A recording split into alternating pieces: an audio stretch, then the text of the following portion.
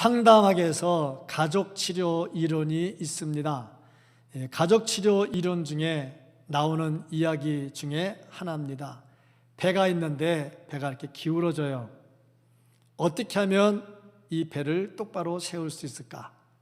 밧줄로 막 당기면 또 밧줄 풀면 다시 또 기울어집니다. 그래서 그 배를 똑바로 세우는 방법이 뭐냐면, 배가 왜 기울어지는지 그 원인을 찾아서 원인을 제거해야 된다는 거죠. 이쪽에 돌멩이가 많아서 기울어지면 돌멩이를 치우면 되는 것이고, 옆으로 옮기면 되겠죠. 마찬가지로 집안에 문제 있는 사람이 하나가 있어요. 시아버지가 문제가 됐던, 아들이 문제가 됐던, 누가 문제가 되었던 골치 아픈 문제거리가 있으면 사람들은 그 문제거리에 초점을 맞춰요. 도대체 넌 뭐가 되려고 그러니? 문제거리에 초점을 맞추는데, 가족치료 이론은 그렇지 않습니다. 이 사람이 문제거리가 되는 데는 반드시 이유, 원인이 있다는 거죠. 배가 기울어지는 데는 기울어지는 원인이 있는 거야. 집안에 문제거리가 있는 사람이 나오는 데는 집안에 뭔가 문제가 있다는 거죠. 그래서 그 문제를 잡아서 원인을 제거하면 문제거리 사람은 제자리로 돌아온다. 이게 가족치료 이론입니다. 이론이니까 맞을 수도 있고 틀릴 수도 있지만 맞는 것 같아요. 뭔가 그 사람이 문제가 아니라 그 사람을 만들어가는 여건을 만들어주면 제대로 된다. 일리가 있는 말 같습니다. 살다 보면 항상 우리는 문제를 안고 삽니다. 그런데 문제 때문에 서로 마음이 상할 때가 있습니다. 근데 마음이 상하는 이유는 몇 가지입니다. 첫째, 내가 잘못했다. 둘째, 네가 잘못했다. 셋째, 잘못한 건 없는데 서로 오해가 있다. 이런 것들 때문에 문제가 좀 생기죠. 그런 때 원인을 찾아서 원인을 제거하면 빨리 회복이 됩니다. 원인을 찾아보니까 내가 잘못했다. 그러면 미안하다. 그러면 되는 거고, 네가 잘못했다. 그럼 네가 미안하다. 그러면 되는 거고, 오해가 있었구나. 오해는 풀면 되는 거죠. 원인을 제거하면 좋은 관계가 유지가 되죠. 우리말에 결자해지의 원칙이라는 말이 있습니다. 뭔가 묶었으면 묶은 사람이 풀어야죠. 일을 저질렀으면 저지른 사람이 풀어야죠. 그래야 빨리 풀리게 되겠죠. 마찬가지로 우리가 살아가는 데 있어서 문제가 있으면 그 원인을 찾아서 원인 제공한 것을 제거해야 된다 하는 겁니다. 오늘 말씀을 보면 문제가 좀 생겼습니다. 하나님의 다스림을 받는 이스라엘 백성이 사무엘 선지자를 찾아옵니다. 그 백성을 대표하는 사람들이 장로라 그랬습니다. 백성의 어른들이고 백성을 대표하는 사람입니다. 장로들이 사무엘 선지자를 찾아와서 우리에게도 왕을 세워달라 하는 말을 합니다. 이스라엘 백성은 하나님의 특별한 은혜를 입은 사람입니다. 그래서 하나님이 직접 다스리셨습니다. 다른 나라들은 왕이 다스릴 때 이스라엘은 하나님이 직접 다스리셨습니다. 그 다스리는 방법은 때에 따라 선지자를 보내서 그 선지자가 말씀을 전해서 하나님의 뜻을 따르게 하기도 하고, 또 때에 따라 사사를 세워서 사사들이 왕과 같은 역할을 하면서 이스라엘 백성들을 인도했습니다. 이 모든 것은 하나님께서 직접 다스리는 방법입니다. 이스라엘 백성들이 이렇게 하나님께서 직접 다스리니까 많은 혜택을 누리면서 살았지요. 하나님께서 베풀어 주신 은혜를 많이 입고 살았습니다. 그런데 이들이 찾아와서 이제 우리에게도 왕을 달라 하는 겁니다. 이거는 하나님의 뜻에 맞지 않는 것이죠. 그러면 왜 하나님의 백성이, 하나님의 은혜를 입고 있는 하나님의 백성이, 그 대표자인 장로들이 왜 사무엘 선지자를 찾아와 가지고 우리도 왕을 달라 이런 말을 했느냐 하는 거죠. 여기에는 분명히 무슨 원인이 있다 하는 거죠. 이런 원인들을 찾아서 원인을 제거하면 하나님께서 기뻐하는 자리에 설 수가 있을 겁니다. 우리가 하나님과 관계를 맺고 사는데 하나님이 마음에 들지 않을 때가 있고요, 속상할 때가 있고요, 하나님 도대체 이해가 안 갈 때가 있어요. 도대체 왜 하나님 가만히 계십니까? 하나님 왜 이렇게 하십니까? 막 그럴 때가 있거든요. 그때에 원인 제공자를 하나님으로 보면 문제가 생기는 거죠. 뭔가 원인이 있기 때문에 일들이 일어나는 거죠. 그러면 왜 이런 일이 일어났을까? 이 말씀 속에서 우리 자신을 보고 또 하나님의 말씀을 더 한번 새길 수 있는 은혜가 있기를 주님의 이름으로 축복합니다. 아멘. 먼저 이 말씀을 통해서 보면 왕을 구하는 사람들의 모습을 볼 수가 있습니다. 오늘 말씀을 보면 사무엘이 나이가 들었다 하는 말로 시작이 되면서 두 아들들이 사무엘과 같지 않았다는 말로 시작을 합니다. 그러니까 문제가 생긴 거지요. 문제가 생기니까 백성들이 원망이 일어나겠지요. 이 원망이 일어나니까 지도자, 대표자들을 불러서 찾아가서 대표자들에게 여러 가지 이야기를 했겠지요. 이거 안 되겠습니다.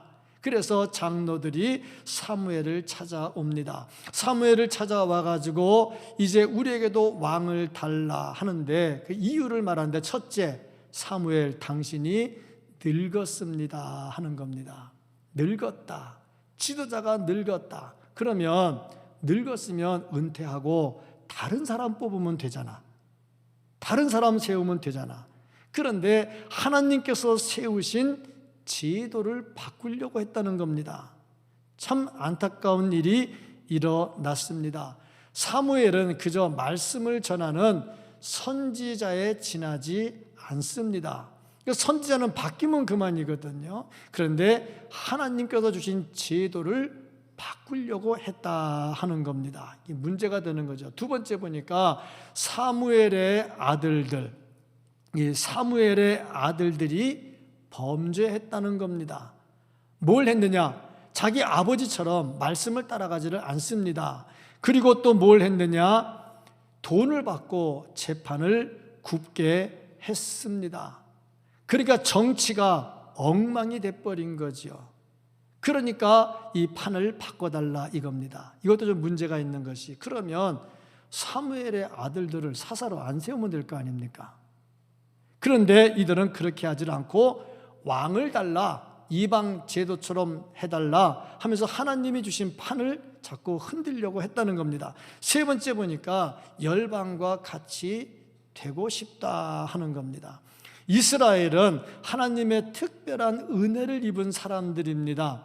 그래서 하나님이 선택하셨어요. 선택할 때 이스라엘이 뭘 잘한 것은 아닙니다. 그냥 하나님이 사랑하셔서 은혜로 선택을 하셨어요.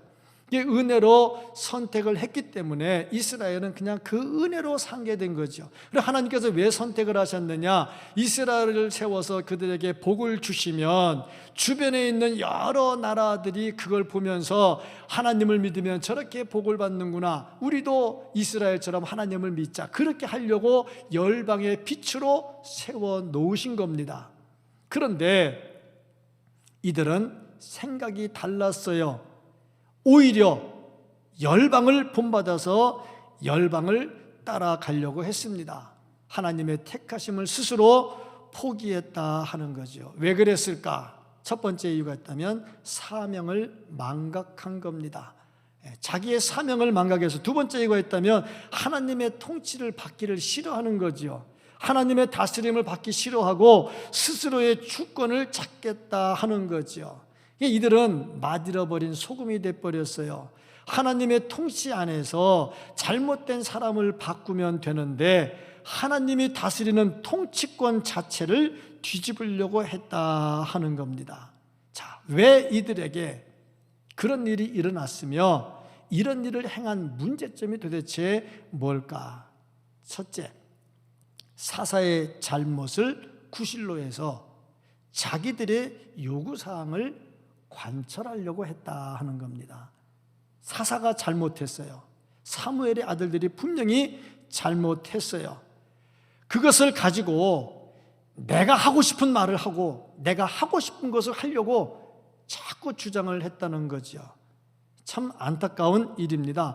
두 번째 이유가 있다면 이 사사의 나약함을 위해서 기도해 주거나 그가 일을 잘할 수 있도록 협력을 하려고 하지 않고 하나님이 주신 판을 바꾸려고 했다는 겁니다. 참 안타까운 일이죠. 지도자가 잘못하면 왜 잘못했는지 보고 좀 말씀을 떠났으면 말씀대로 가자고 권면도 하고, 또 지도자가 여러 가지 역량이 부족하면 내가 도와야지 하고 같이 도울 수 있어야 되는데 그렇게 하지를 않았다 이거지요. 세 번째 보면 제도를 바꾸면 문제가 해결될 줄 알았던 겁니다. 근데 우리는 성경을 봐서 알아요. 왕의 제도 만들어 놓고 문제 해결 안 됐거든요. 문제 더 꼬였지요. 사람은 그렇습니다. 하나님이 주신 법을 떠나서 자기가 만들면 잘 될 것 같죠? 절대 그렇지 않더라 하는 겁니다. 네 번째가 뭐냐면 이방의 제도를 본받으려고 했다. 이들은 이방인에게 빛을 비추고 소금의 역할을 해야 되지 이방을 따라가면 안 됩니다. 이방은 인본주의고요, 이스라엘은 신본주의입니다. 하나님 중심이거든요. 근데 하나님 중심에서 인간 중심으로 가겠다 하는 거죠. 다섯 번째 이유가 있다면 자기들이 잘못해놓고 잘못한 것을 모른다 하는 거죠. 이게 하나님의 뜻에 어긋났다 하는 것을 알지를 못하더라 하는 거죠. 자, 그러니 사무엘이 어떻겠습니까? 이건 아니다 싶죠. 하나님의 뜻이 아니니까. 그래서 사무엘이 안 돼 하고 이야기를 했죠. 그러면 이 말을 들어야 되는데 이스라엘의 장로들은 그 말을 듣기를 싫어했습니다. 하나님께서 주신 말씀을 전하는데 듣기를 싫어합니다. 참 사람이 영적으로 우둔해지면 하나님의 말씀을 듣기를 싫어합니다.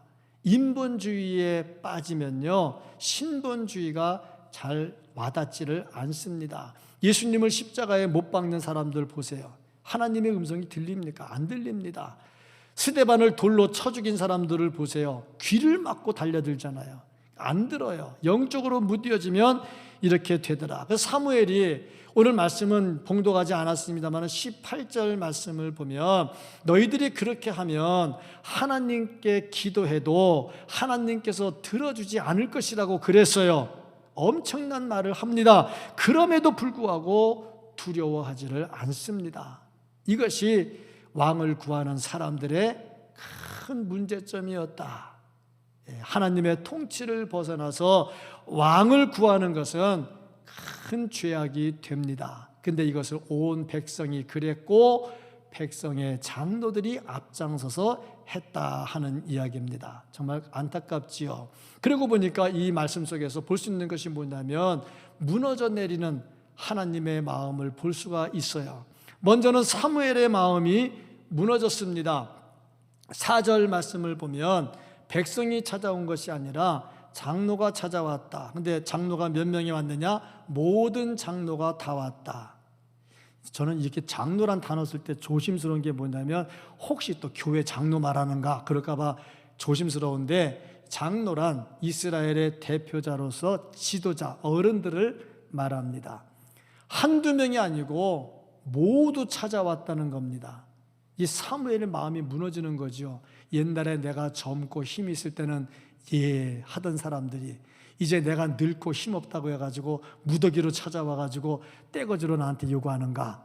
마음이 많이 무너지겠죠. 그런데 사무엘의 마음이 무너진 것은 그것뿐이 아니고 더 중요한 것은 하나님께서 서운해하시겠다, 마음 아파하시겠다 하는 겁니다.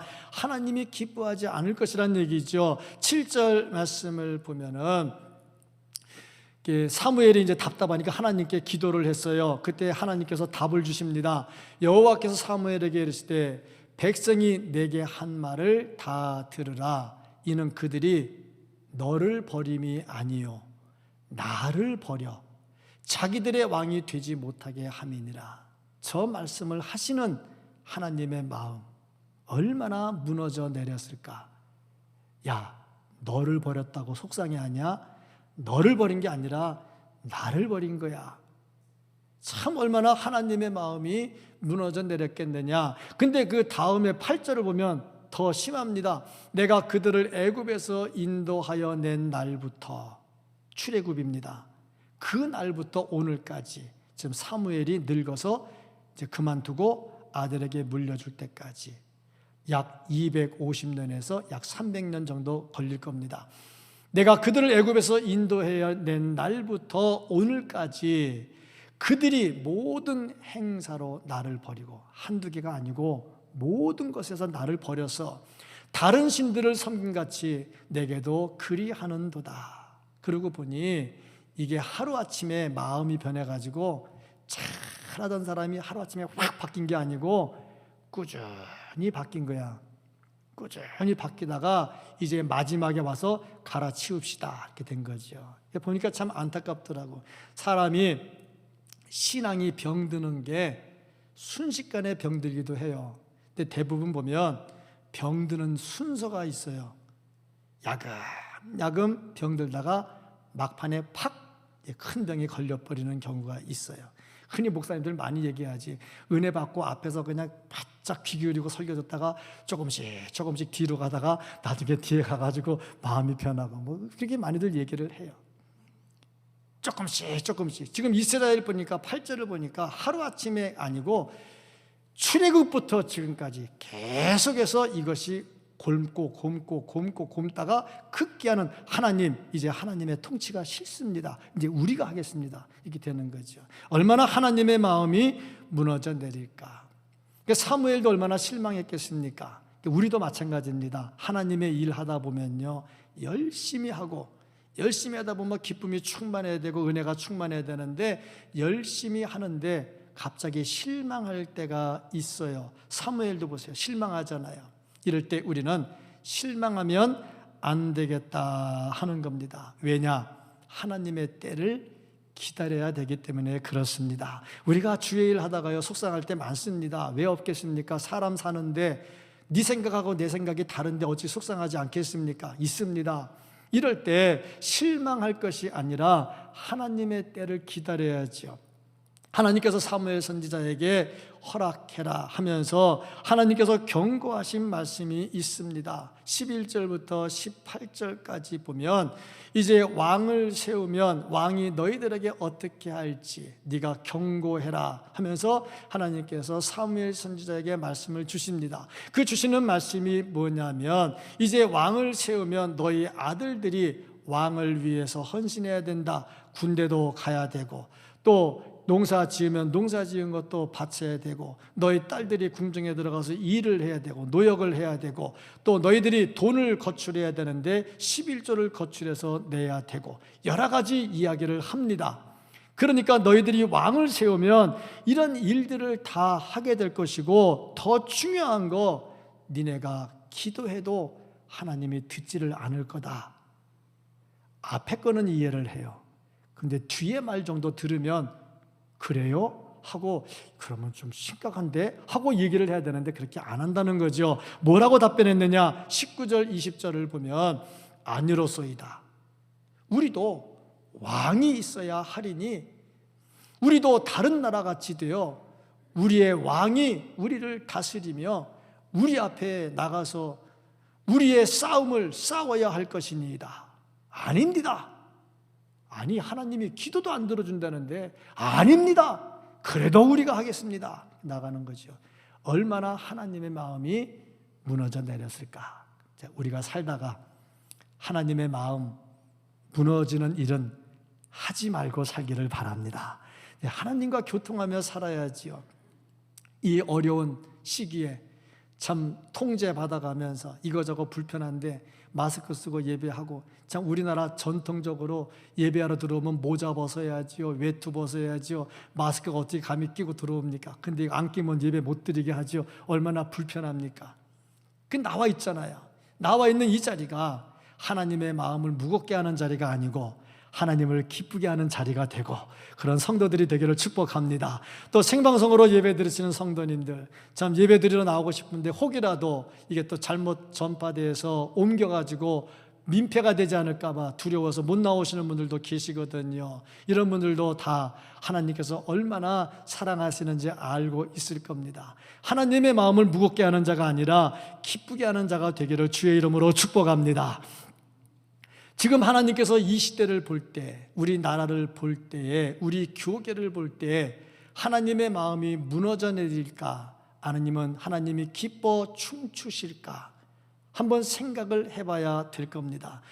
재난이 온다는 것은 우리의 신앙을 한번 점검해 볼 수 있는 기회가 되는 것이고, 내가 하나님 앞에 얼마나 설 수 있는가, 바로 서 있는가를 볼 수 있는 기간이 되어야 될 겁니다. 이 코로나19로 인해서 많이 힘들어합니다. 물론 질병도 힘들고요, 혹시라도 번지지 않을까 두려워하지요. 이 코로나19보다 더 무서운 것이 두려움입니다. 이 두려움 빠지면요, 정말 사람이 아무것도 할 수가 없어요. 자칫 잘못하면은 완전히 우울증에 빠지게 되지요. 그래서 코로나 블루라는 말도 나오잖아요. 코로나 블루로 인해 가지고 우울증에 빠지기도 하거든요. 참 어렵습니다. 경제도 많이 어렵습니다. 소상인들, 골목상인들 정말 힘듭니다. 이렇게 힘들게 살아가고 있는데 국회의원 선거는 또 코앞에 다가와 있습니다. 국회의원 한 자리라도 더 앉으려고 여당, 야당 모두 다 여러 가지 수를 읽으면서 서로 이전 투구의 싸움들을 하고 있습니다. 얼마나 답답한지 모릅니다. 이 판국에 보니까 자기 당이 몇 석을 차지하면 1인당 얼마를 주겠다 프랭카드 보니까 황당한 프랭카드도 붙어 있고 말이죠. 정말 삭막한 시대가 되어 버렸습니다. 더 안타까운 것은 예배의 자율권입니다. 예배의 자율권이 침해를 당하고 있다 하는 거죠. 물론 협조를 해서 협조해 주십시오 하는 것은 큰 문제가 없습니다. 왜냐하면 우리가, 교회가 앞장서야죠. 먼저 앞장서서 질병을 차단시켜야죠. 그러나 또 교회가 해야 될 본연의 의무가 있는 거죠. 이걸 강제로 할 수는 없는 거지요. 예배의 자율권이 많이 침해를 당하고 있습니다. 그런데 우리는 스스로 먼저 솔선해서 본을 보이고 있습니다. 보니까 쭉 조항이 쭉 국무총리 서면에 쭉 조항이 나와 있는데 그 조항을 보니까 우리 다 지키고 있더라고요. 다 지키고 있어요. 그래서 제가 아까 오신 분들에게도 걱정하지 마십시오. 우리 다 잘 지키고 있고요. 선생님들보다 내가 더 긴장돼 있습니다. 그랬더니 고맙다고 그러고 갔어요. 이게 보니까 이렇게 예배가 많이 위축되어 있잖아요. 이 시대를 보면서 하나님의 마음이 어떨까? 무너져 내리면 안 된다는 거죠. 이런 때일수록 예배가 살아나고 또 가정 예배가 살아나고 소규모 예배가 살아나면서 하나님과 같이 가야 되겠죠. 그래야 하나님의 마음이 무너져 내리지 않을 겁니다. 하나님의 마음을 무너지게 하는 사람이 아니라 하나님이 기뻐 춤추게 하는 성도들 되기를 주님의 이름으로 축복합니다. 자, 그런데 이렇게 왕을 달라고 할 때 이유가 있지 않겠느냐? 누군가 원인을 제공했지 않았겠느냐? 그러고 보니까 원인 제공자가 있었다는 거죠. 이 원인 제공자를 찾아서 그것을 제거를 해야 정상적으로 돌아갈 수 있다. 왕을 요구하는 것은 있을 수 없는 일입니다. 그런데 그렇게 있을 수 없는 일이 일어나기까지는 누군가가 원인을 제공했다는 거예요. 물론 원인 제공자가 나쁘고 너 다 책임져라, 그건 아닙니다. 왜냐하면 아무리 원인이 그래도 내가 조심하면 되는 거 아닙니까? 내가 조심하면 되는데 내가 조심 안 하니까 나도 책임이 있는 거죠. 그러나 우리가 분명히 알 것은 이 원인 제공자가 되면 안 되겠다. 뭐든지 나쁜 일에 원인 제공자가 되면 안 되겠다. 그러면 왜 왕을 달라고 장로들이 찾아와서 강력하게 이야기를 했을까? 그 첫 번째 원인 제공자가 사무엘의 아들들이었습니다. 사무엘의 아들들이 영적인 지도자입니다. 그러니까 이 나라의 타락의 시작이 어디서 왔냐면 영적 지도자에게서 왔어요. 요즘 말로 말하면 목사로부터 왔다는 얘기죠. 지도자가 타락하게 되면 전체가 흔들립니다. 지도자가 참 중요한 문제입니다. 사무엘의 아들 요엘의 이름의 뜻을 보면 여호와는 그의 하나님이다. 이름 얼마나 좋습니까? 아비야, 여호와는 아버지다. 얼마나 좋은 이름을 갖고 있습니까? 또 아버지가 사무엘 아닙니까? 이어서 사사의직을 받았습니다. 얼마나 좋습니까? 그런데 이름값도 못하네요. 아버지는 말씀 중심으로 살았는데 말씀 중심으로 안 살아요. 아버지는 돈에 대해서 깨끗했는데 자식들은 돈 받고 재판을 합니다. 뇌물을 취해서 재판을 굳게 합니다.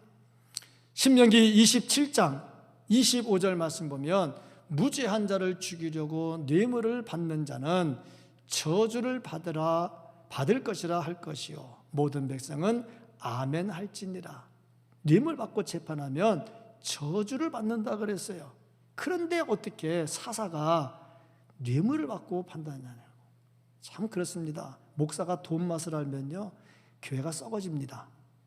그렇습니다. 지도자가요, 교회 지도자가 돈 맛을 알면요, 지금 뭐 교회 비판하는 게 그래요. 이 어려운 때 왜 굳이 예배를 드리려고 하느냐, 나중에 드리면 되지. 아마 교회가 헌금 때문에 그러는가 보다. 헌금으로 막 때려버리더라고요. 그것도 모르는 얘기죠. 교회가 뭔지를 모르니까 그렇게 말할 수는 있겠죠. 교회가 돈 맛을 알아버리면요 썩어버려요. 예. 사무엘의 아들들이 그랬단 말이죠.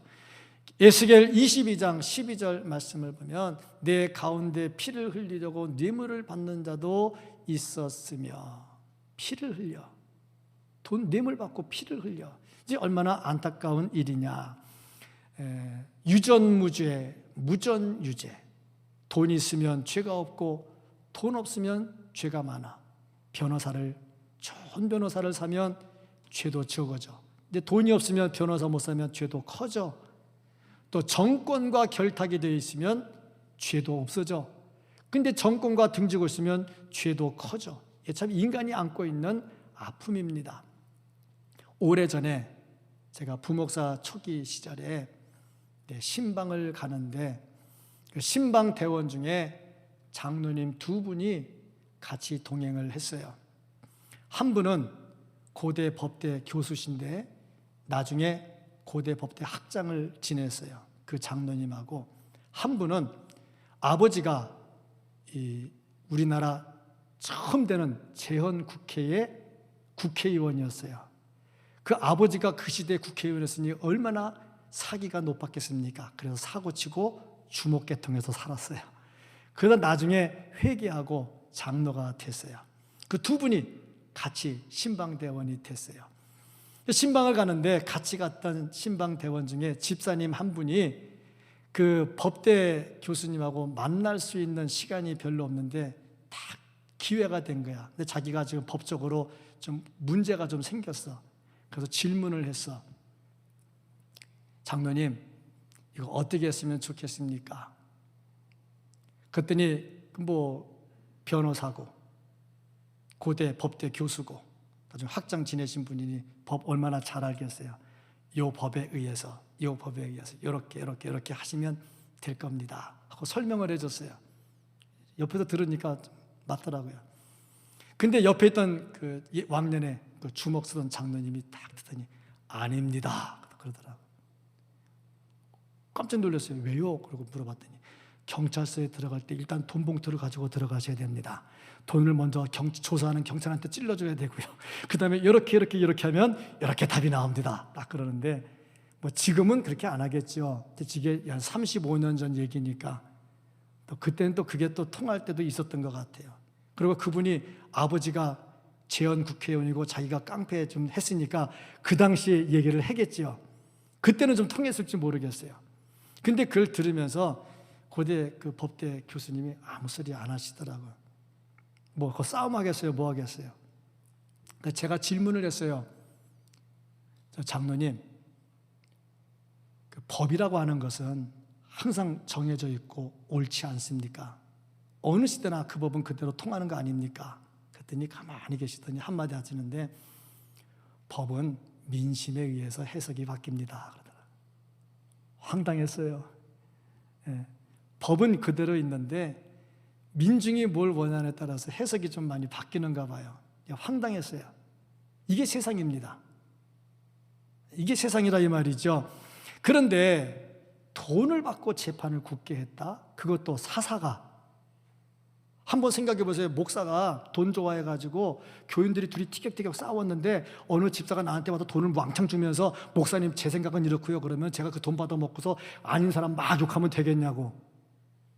있을 수 없는 일이잖아. 근데 이렇게 원인 제공이 됐다 이겁니다. 그렇게 백성들의 불만이 생기죠. 그러니까 우리는 지도자를 위해서 기도를 많이 해야 됩니다. 누가복음 18장을 보면 불의한 재판관이 나옵니다. 과부가 억울해요. 끝까지 찾아가요. 나중에 불의한 재판관이 과부의 말을 들어주죠. 근데 제가 그 말씀을 묵상하면서 뭘 생각했냐면, 만약에 이 과부가 돈이 많은 과부였다면 재판관이 그렇게 했을까 하는 생각이 들어요. 아니거든요. 그러니까 돈이 재판을 좌우하는 것은 참 옳지 않은 세상인데, 사사가 그렇게 했다는 거예요. 사사가.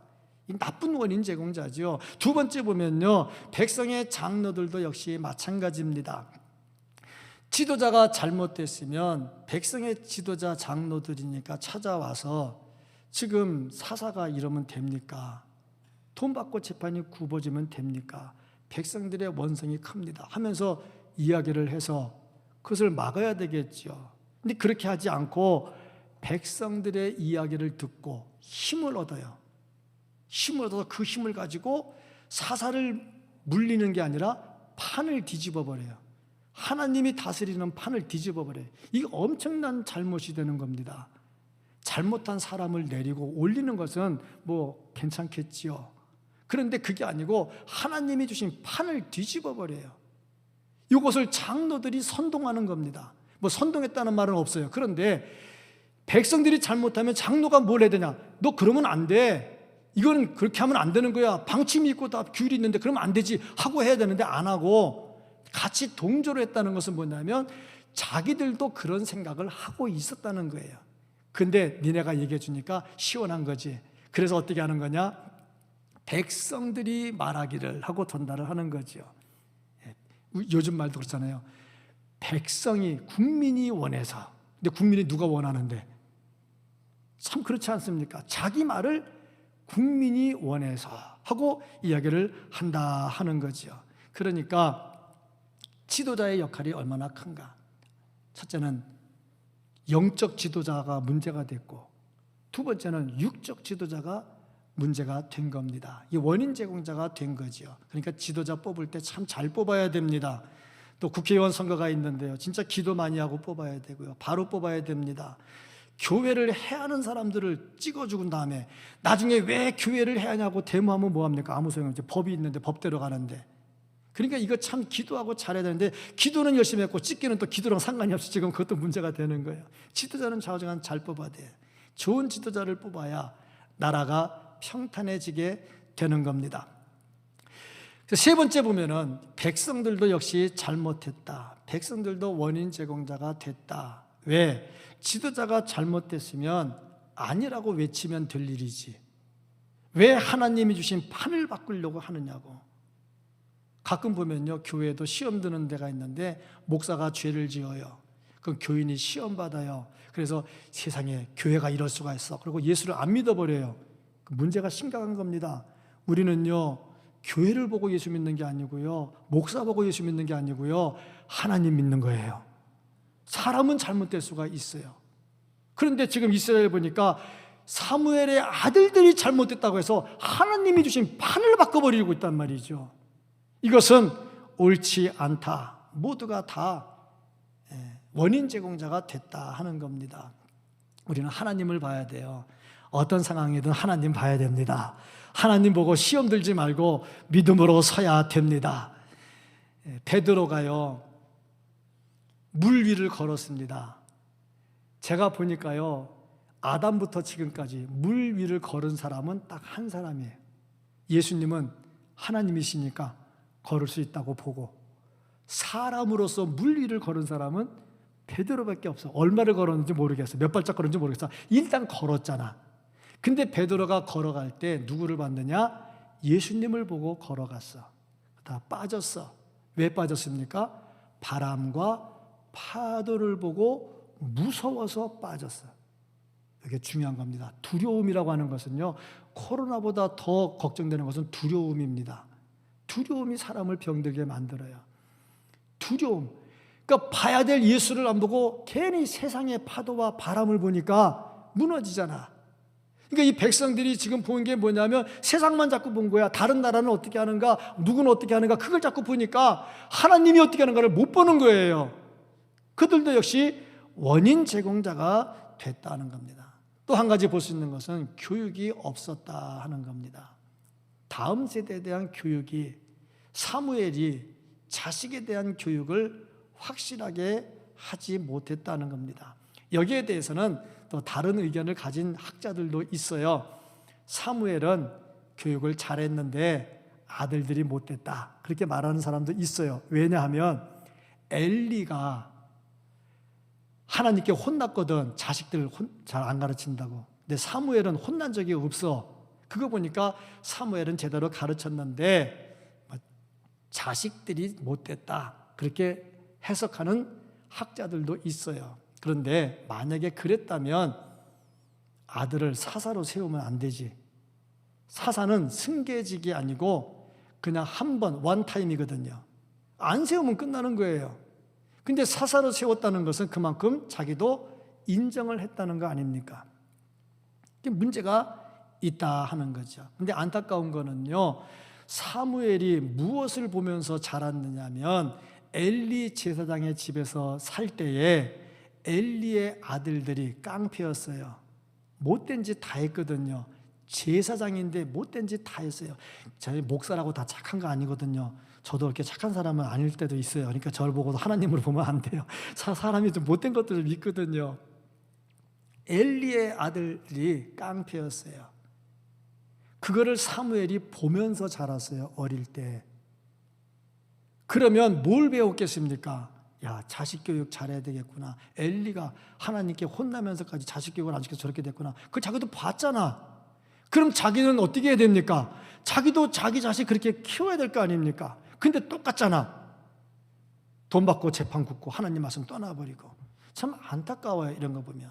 자식 내 마음대로 안 된다고 자식 키우는 사람으로 이거 큰 소리 치기는 참 힘든 부분들입니다. 그럼에도 불구하고 우리 같이 가슴 아파하면서 이 말씀을 봐야 됩니다. 물론 사무엘이 워낙 바빠요. 순회에 다니면서 재판해야 돼요. 말씀 가르쳐야죠. 제사 집례해야죠. 막 전국을 다니면서 하다 보니까 바빠. 집에서 애들 가르칠 시간이 없어. 그러고 보니 제가 묵상하다가 한 가지를 본 게 뭐냐면, 그러면 사무엘의 아내는 뭐 했는데, 유대인들은 교육을 전부 다 집에서 여자들이 가르쳤는데 도대체 그 아내는 어디 간 거야? 왜 말 한마디 없는 거야? 이렇게 그런 마음이 들더라고요. 중요한 것은 다음 세대에 대한 교육이 이루어지지를 않았다 하는 겁니다. 이게 원인 제공이 되는 겁니다. 이런 나쁜 원인 제공을 안 하려면 어떻게 해야 될까? 말씀으로 돌아가야죠. 말씀으로 돌아가야죠. 지금 예배가 이게 전체적으로 모여서 예배가 안 되니까, 주일학교도 그렇죠. 다 안 되니까 지금 가정에서 지금 온라인으로 생방송으로 예배드리는데, 좋은 점은 뭐냐면 가족이 함께 예배드린다는 거예요. 여기서 이제 교육이 이루어져야 돼. 진짜 예배가 뭔지. 그러면 가정에서 드리는 온라인 예배도 살아있는 예배가 돼. 근데 나는 예배 드리는데 애들은 막 뛰어다니고 막 그냥 사방에 다니면 그 살아있는 예배가 안 되겠죠. 이것도 하나의 교육입니다.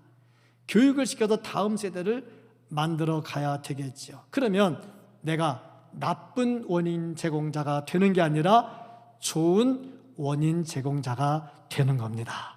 자, 어디 가든지 나쁜 원인 갖지 말고 좋은 원인 갖고 살기를 축복합니다.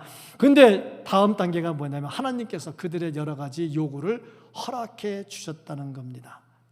참 하나님께서 왜 허락해 주셨을까? 안 돼! 하고 말씀하지 않으셨을까 하는 겁니다. 여기서 한 가지 볼 수 있는 게 뭐냐면, 아담과 하와가 선악을 알게 하는 나무에서 열매를 따먹을 때 안 돼! 못 먹어! 그렇게 안 하셨다는 거죠. 여기도 마찬가지입니다. 허락하십니다. 왜? 이유가 뭘까? 자율성을 인정해 주는 겁니다. 네 스스로 결정하라. 자율성을 인정해 주는 거죠. 자율성을 인정해 주는 데는 반드시 책임이 따릅니다. 내가 결정했으면 거기에 책임을 져야 되는 거죠. 결정해 놓고 책임 안 지는 것은 옳지 않습니다. 그러니까 하나님께서는 이들에게 니네가 스스로 결정해라, 결정권 줬잖아요. 결정했잖아요. 책임을 져야죠. 그러니까 잘못하면 하나님께 또 진노해서 매맞고 회개하고 돌아오고 또 그렇게 하는 거죠. 보면서 내가 무슨 일을 하든지 나에게 주어진 고난이 있을 때 내가 나쁜 원인자가 되지 않도록 해야 된다 하는 겁니다. 네, 결정권이 나에게 있다 할 때 이 결정권을 가지고 내가 결정하는 것보다 하나님께 이 결정을 맡기는 게 훨씬 낫다는 거지요. 왜냐? 하나님의 생각은 내 생각과 다르고 하늘이 땅보다 높음같이 하나님이 나보다 더 높은 생각을 가지고 계셔. 그러니까 하나님께 내가 맡기고 아멘 하고 따라가면 그게 더 훨씬 나한테는 좋다는 거죠. 이런 사람은 좋은 원인 제공자가 될 수가 있는 겁니다. 모든 일에 다 원인이 있습니다. 그 원인을 찾아서 제거하면 좋은 앞날을 만들어 갈 수가 있습니다. 코로나19도 원인이 있어요. 인생이 꼬이는데도 원인이 있습니다. 자식 교육이 잘 안 되는데도 원인이 있습니다. 나쁜 원인 제공자가 되면 안 되고 좋은 원인 제공자가 되어야, 그래서 우리의 다음 세대가 철저하게 교육받고 훈련받아서 더 좋은 하나님의 나라를 만들어 가야 됩니다. 좋은 원인 제공자가 되고 하나님의 마음을 기쁘게 하고 춤추게 하는 우리 모두가 될 수 있기를 예수님 이름으로 축복합니다. 아멘. 기도하겠습니다.